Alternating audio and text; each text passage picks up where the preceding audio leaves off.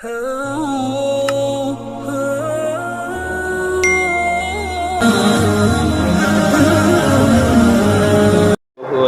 على رسوله الكريم أما بعد فأعوذ بالله من الشيطان الرجيم بسم الله الرحمن الرحيم الذين يخشون ربهم بالغيب وهم من الساعة مشفقون وهذا ذكر مبارك أنزلناه فأنتم له منكرون ولقد آتينا إبراهيم رشده من قبل وكنا به عالمين إذ قال لأبيه وقومه ما هذه التماثيل التي أنتم لها عاكفون قالوا وجدنا آباءنا لها عابدين قال لقد كنتم أنتم وآباؤكم في ضلال مبين قالوا أجئتنا بالحق أم أنت من اللاعبين۔ سورة الانبیاء کا درس چل رہا ہے۔ اسی صورت کی آیت نمبر 50 سے لے کر 55 تک تلاوت کی، 49 سے لے کر 55 تک تلاوت کی۔ گزشتہ آیتوں کے اندر اللہ رب العزت نے قیامت کا تذکرہ بیان فرمایا کہ قیامت قائم ہوگی،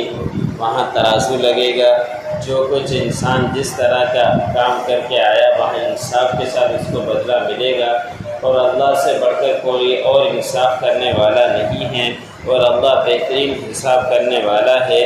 اور اللہ رب العزت نے فرمایا کوئی رائی کے دانے کے برابر بھی کوئی نیکی یا برائی کر کے آ گیا تو اس کا بھی قیامت کے دن اس کو بدلہ دینا پڑے گا۔ تو اس لیے اگلی آیت میں اللہ رب العزت نے فرمایا کہ جو متقی لوگ ہیں وہ لوگ ہیں جو اپنے پروردگار سے ڈرتے ہیں بن دیکھے۔ کوئی دیکھ رہا ہو اس وقت ڈرنا آسان ہے، بغیر دیکھے کوئی ڈر جائے تو یہی پرہیزگار ہے، متقی ہے۔ کہیں لکھا ہوا ہو کہ میرے کی آنکھ دیکھ رہی ہے تو انسان گناہ نہیں کرتا، غلطی نہیں کرتا، اپنے آپ کو بچاتا ہے، چوری سے بھی بچاتا ہے، غلط حرکات سے بھی بچاتا ہے کہ کوئی دیکھ رہا ہوگا یا بعد میں ریکارڈ ہو رہا ہے دیکھ لیا جائے گا۔ تو ہماری بھی پوری زندگی ریکارڈ ہو رہی ہے اور قیامت کے دن سارا وہ ریکارڈ کھول دیا جائے گا۔ اس لیے اس کے بارے میں کوئی حیرانگی نہیں ہونی چاہیے کہ ہماری کیسے باتیں ریکارڈ ہو رہی ہے۔ اب تو دنیا کے اندر یہ کام ہو چلے ہیں تو آخرت میں تو اللہ رب العزت کے یہاں کوئی مشکل نہیں کہ آج پورا دن کا ریکارڈ کیمرے کے اندر محفوظ ہو رہا ہے کہ کتنی گاڑی یہاں سے گزری، کس نے کیا کیا، سب کچھ پتہ چل رہا۔ تو اللہ رب العزت کے لیے کوئی مشکل نہیں ہے کہ وہ قیامت کے دن سارے ہمارے گزشتہ کرتوت کو کھول کر رکھ دیں۔ تو اس لیے اللہ رب العزت نے فرمایا کہ پروردگار کے پاس متقی اور پرہیزگار وہ ہے جو اللہ رب العزت سے بن دیکھے ڈرے، کہ ہر وقت یہ خوف ہو رہا ہو تو میں نے تو اللہ رب العزت کو نہیں دیکھا لیکن اللہ رب العزت کی ذات ہر وقت مجھے دیکھ رہی ہے، یہ دل کے اندر خیال آ جائے تو انسان کبھی بھی گناہ نہ کرے۔ پھر اللہ رب العزت نے فرمایا کہ دوسری نشانی پرہیزگار کی یہ ہے کہ جو قیامت کا خوف رکھتا ہو، کہ دل کے اندر قیامت کا خوف ہو کہ قیامت قائم ہوگی، وہاں مجھے چل کر حساب دینا ہے، وہاں ایسے نہ ہو کہ میں لینے کے دینے پڑ جائیں، تو اس کا اگر خوف اس کو رہے تو اس کے لیے بھی کامیابی ہے۔ یہ پرہیزگار کی دو نشانیاں اللہ رب العزت نے بیان فرمائی۔ پھر اللہ رب العزت نے فرمایا کہ یہ قرآن بڑی بابرکت کتاب ہے، ہم نے اس کو نازل کیا ہے، کیا تم اس کے انکار کرتے ہو، اس کو مانتے نہیں ہو، اس کے اوپر عمل نہیں کرتے؟ آج کل بھی بس یہ قرآن پاک یا تو قسموں کے لیے رکھ دیا گیا ہے یا ختموں کے لیے رکھ دیا گیا ہے، اور اس کے اوپر پڑھنا، اس کے اوپر عمل کرنا ہم مسلمانوں نے چھوڑ دیا ہے۔ جب اس سے دوری ہوگی پھر تو قیامت کی نشانیاں ہی ہیں، اور پھر مختلف عذاب کے اندر گھیر دیے جائیں گے۔ اور قرآن پاک کی پڑھنے کی فضیلت تو ہر کسی کو معلوم ہے، ہاتھ لگانا ثواب، دیکھنا ثواب، چھومنا ثواب، اور کوئی اگر پوری رات نوافل پڑھے اور ایک آیت کا ترجمہ سیکھ لے اور اس کے اوپر عمل کرے اس سے بہتر ہو جاتا ہے۔ تو اس لیے ہم قرآن پاک کو خود بھی سیکھنے کی کوشش کریں اور اس کے ترجمے کے اندر غور کریں، اس کے معنی مطلب کو سمجھنے کی کوشش کرتے رہا۔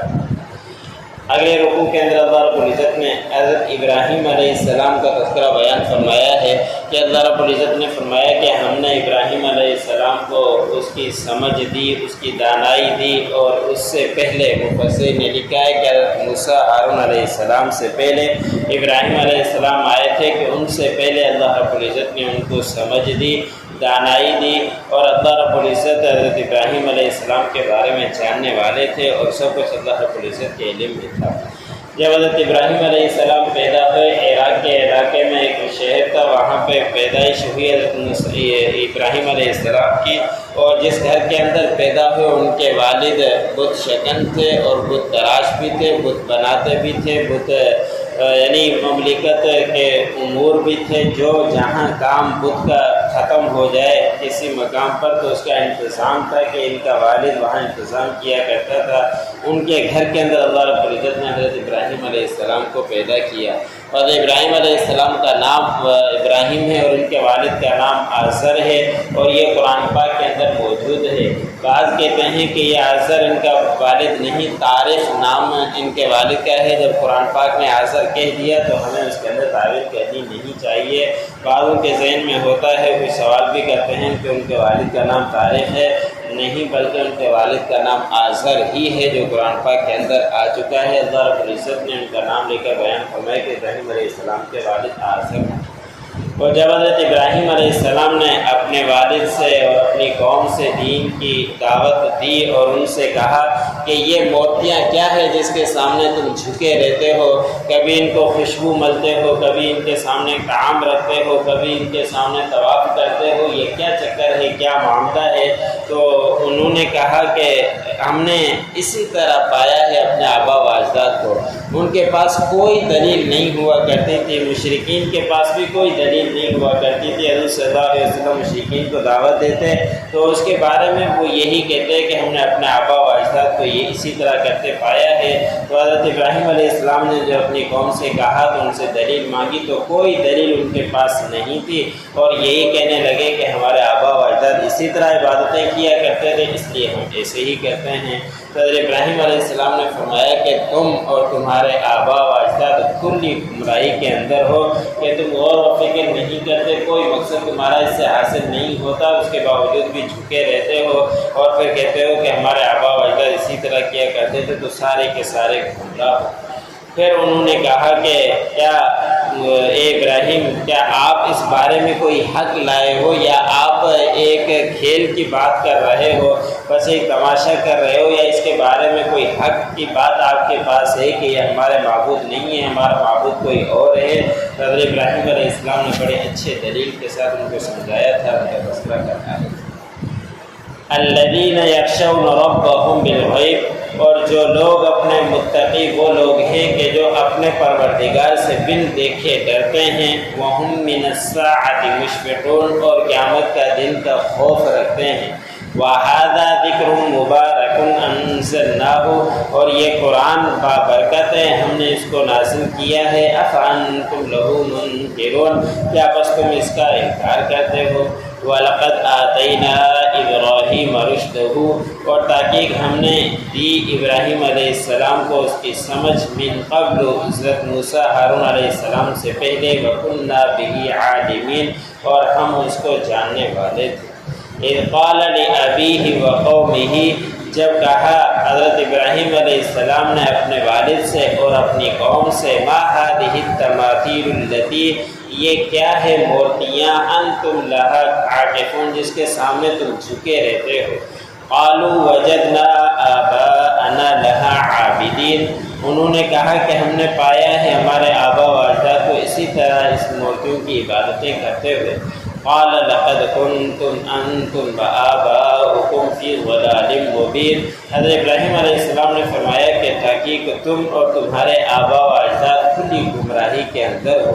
قالوا اجئتنا بالحق، انہوں نے کہا کہ کیا آپ ہمارے پاس لائے ہو اس کے بارے میں کوئی حق؟ ام انت من اللاعبین، یا آپ ایک کھیل کرنا چاہتے ہو ہم سے؟